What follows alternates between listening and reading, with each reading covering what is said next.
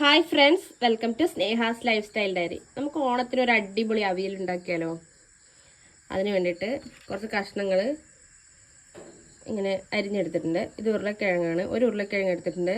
2 ചെറിയ പച്ചക്കായ് ഇതുപോലെ കനം കുറച്ച് നീളത്തിലരിഞ്ഞിട്ട്, മുരിങ്ങാക്കോൽ എടുത്തിട്ടുണ്ട്. 2-3 പച്ചമുളക്, കുറച്ച് കോവക്ക, ഒരു ക്യാരറ്റ് എടുത്തിട്ടുണ്ട്. ചെറിയ ഉള്ളി എടുത്തിട്ടുണ്ട്. ചെറിയ ഉള്ളിയല്ല, ഒരു സവാള എടുത്തിട്ടുണ്ട്. പിന്നെ ഒരു തക്കാളി എടുത്തിട്ടുണ്ട്. കുറച്ച് ചേന കഷ്ണം എടുത്തിട്ടുണ്ട്. ഇത്രയും സാധനം നമുക്ക് പാനിലോട്ട് ഇട്ട് കൊടുക്കാം.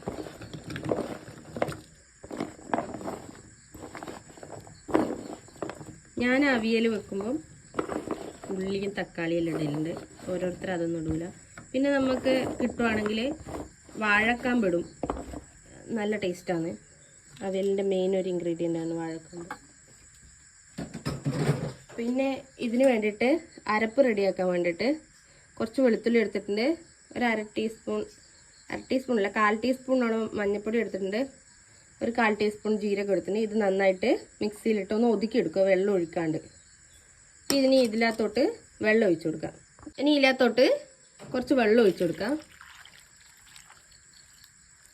ഞാനൊരു ഗ്ലാസ്സോളം വെള്ളം ഒഴിച്ചിട്ടുണ്ട്. മുങ്ങാൻ പാകത്തിനൊന്നുമില്ല, കുറച്ച് വെള്ളം ഒഴിച്ചിട്ടുണ്ട്. പിന്നെ ഞാനിതിൽ മഞ്ഞൾപ്പൊടി ഇട്ട് കൊടുക്കലുണ്ട്. ചിലവരിതിൽ മഞ്ഞൾപ്പൊടി ഇടാണ്ടും ഉണ്ടാക്കും. ഒരു 1/4 ടീസ്പൂണോളം മഞ്ഞൾപ്പൊടി ഇടുന്നുണ്ട്. പിന്നെ കഷ്ണത്തിൽ പിടിക്കാൻ വേണ്ടിയിട്ട് ഒരു 2 ടീസ്പൂണ് ഉപ്പിട്ട് കൊടുക്കുന്നുണ്ട്. ഉപ്പ് വേണമെങ്കിൽ നിങ്ങൾക്ക് വയ്യ ഇട്ട് കൊടുക്കാം.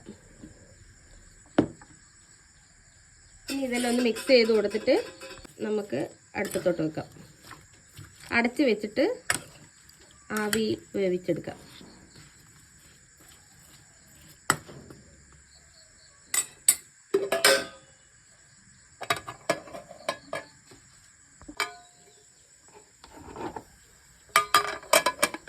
അടച്ചു വെച്ചിട്ട് വേവിച്ചെടുക്കാം.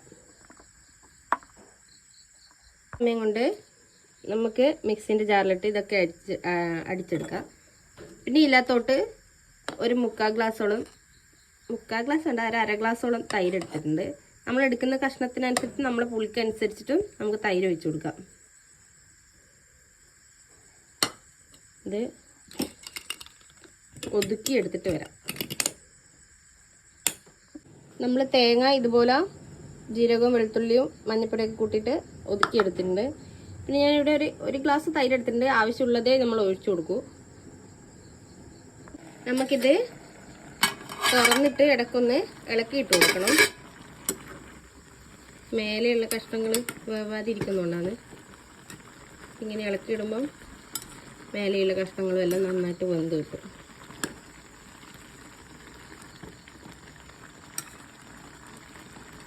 കഷ്ണമെല്ലാം വെന്തതിന് ശേഷമാണ് അരപ്പ് ചേർക്കുക. നമുക്കിത് കുറച്ച് സമയം കൂടി അടച്ചു വെച്ച് വേവിക്കാം.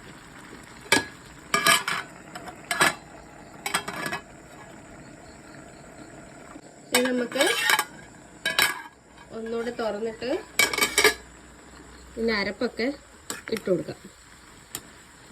കഷ്ണമൊക്കെ വെന്തിട്ടുണ്ട്.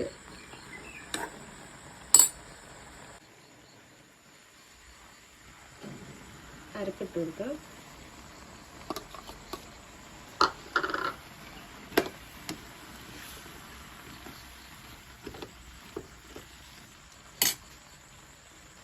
ഇനി നമുക്ക് തൈരും കൂടി ചേർത്ത് കൊടുക്കാം.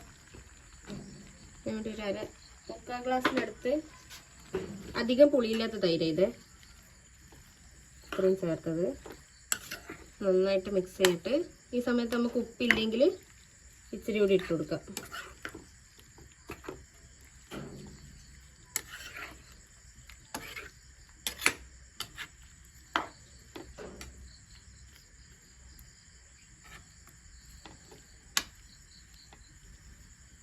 ഞാൻ 2 മിനിറ്റ് കൂടി അടച്ചു വെച്ച് വേവിക്കുന്നുണ്ട്.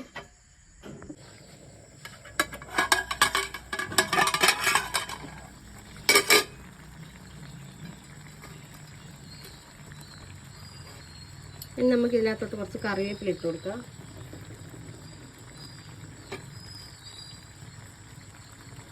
ഇത് തീ ഓഫ് ചെയ്തിട്ട് ഇതിൻ്റെ മുകളിലൂടെ കുറച്ച് വെളിച്ചെണ്ണ കൂടി ഒഴിച്ചു കൊടുക്കാം.